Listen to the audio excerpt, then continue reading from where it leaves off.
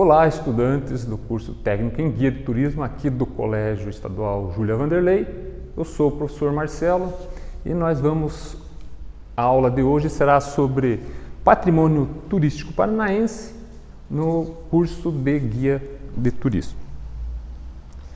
Então, o tema vai ser patrimônio natural e cultural e vai estar dividido nas seguintes etapas. Primeiramente, nós vamos fazer uma situação-problema, depois vou fazer um embasamento teórico da situação-problema, vocês farão a resolução da situação-problema, eu vou dar um feedback da aula e, por fim, vamos fazer uma metodologia ativa do gamificação do Kahoot.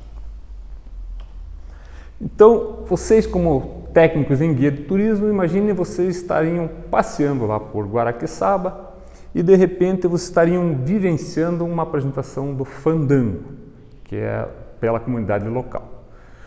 O fandango é uma dança, um patrimônio lá de Guaraqueçaba, que usa o tamanco, usa a viola, usa a rabeca e de repente um turista também estaria vendo essa apresentação e chegaria para você e perguntaria do que se trata tal apresentação.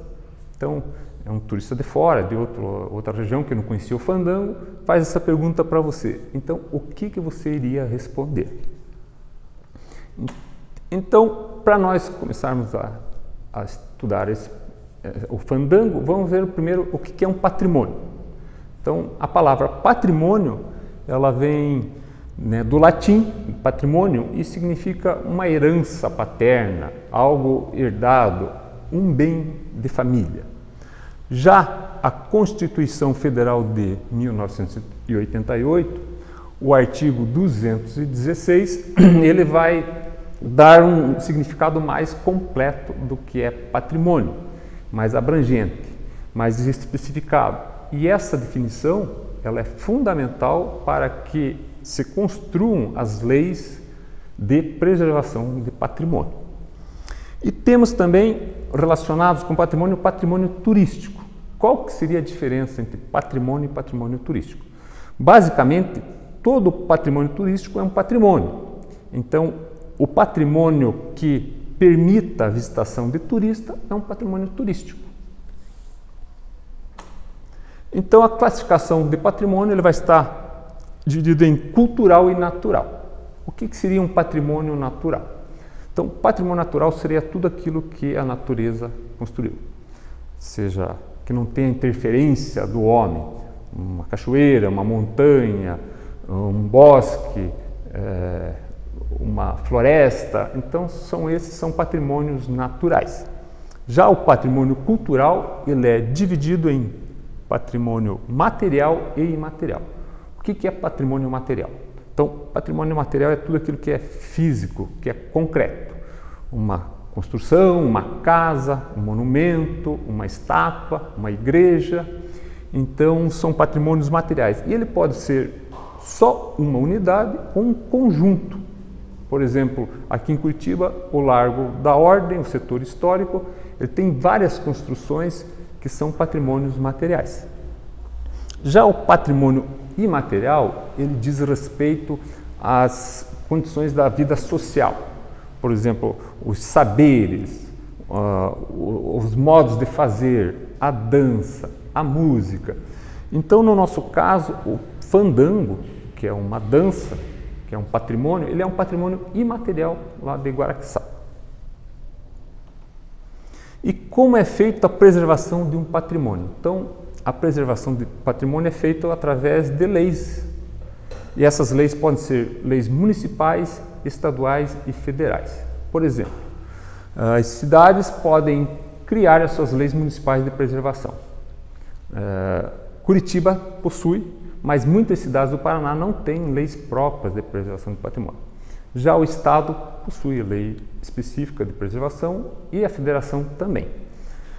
No caso do Estado, o órgão responsável pela preservação dos patrimônios é a Secretaria de Comunicação Social e Cultura, através do setor de coordenação do patrimônio cultural. Esse é o órgão responsável pela preservação dos patrimônios estaduais. No caso da federação, é o IPHAN. O IPHAN é o Instituto do Patrimônio Histórico e Artístico Nacional. Então, os patrimônios nacionais é o IPHAN que é responsável. E as leis que fazem da preservação do patrimônio, elas são divididas em tombamento e registro de salvaguarda. Então, os tombamentos, as leis de tombamento, são específicas para patrimônio material e natural.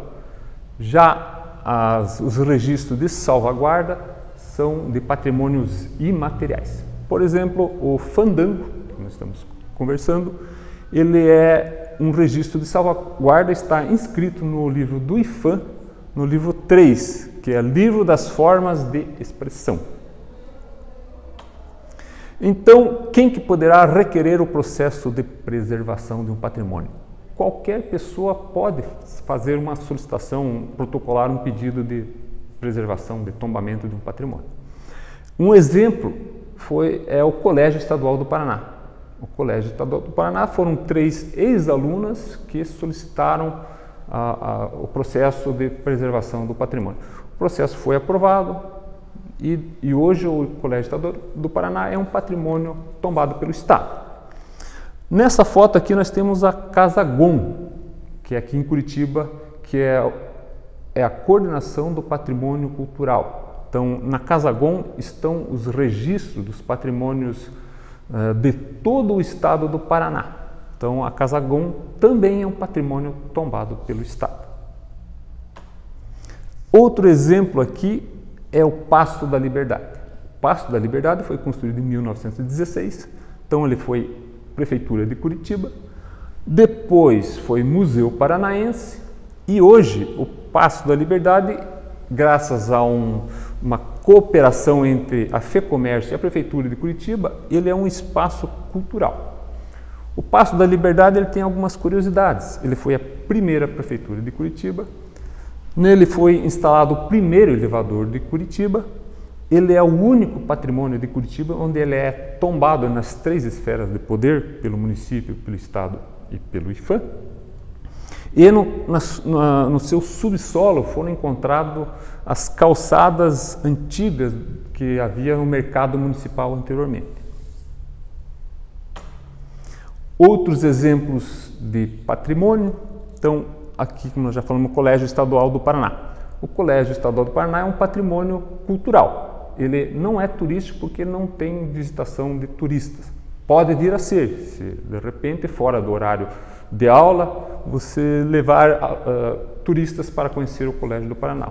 Então, ele poderia se tornar também um patrimônio turístico. Já aqui embaixo nós temos o Conjunto Marumbi.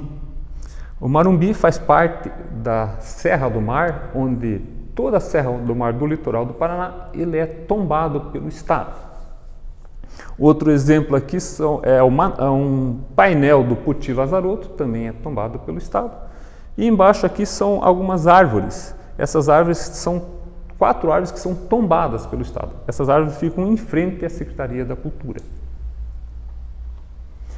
Então, agora vocês vão resolver aquela situação problema a partir do referencial teórico. Então, vão ser divididos em grupos de 3 ou 4 alunos e os grupos vão fazer a resolução e vão expor à plenária. Eu vou, daí, ao mesmo tempo, vou trazendo as informações, os questionamentos que vocês tiverem e vou dando esclarecimentos. E, por fim, nós vamos fazer a metodologia ativa da gamificação do Kahoot. O Kahoot é uma plataforma de aprendizagem que usa jogos e quizzes, né? Então, como exemplo, eu criei aqui essas questões, né, com múltiplas alternativas e vocês vão escolher uma delas. O Kahoot ele vai medir se você acertou a resposta e o tempo que você levou para responder essa questão. Por exemplo, como é classificado o patrimônio? Então, você vai escolher uma delas e vai registrar. E o Kahoot vai pontuando. Outra questão. No Paraná, qual é a secretaria responsável pela preservação de patrimônios estaduais? Tem 4 alternativas e você vai escolher uma delas.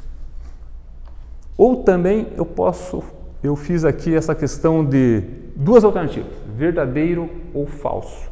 Então, patrimônio natural dividido em material e imaterial, verdadeiro ou falso. Você vai escolher a resposta e vai ser pontuado no final lá a tua resposta. Então, se você acertou, né, o tempo que você levou vai ser medido. Então, essas alternativas, né, esses modelos aqui que a gente fez, foi para trazer uma maior dinâmica assim da aula. E se vocês tiverem dúvidas, vocês vão me perguntando. Então, muito obrigado pela aula e vejo vocês em breve.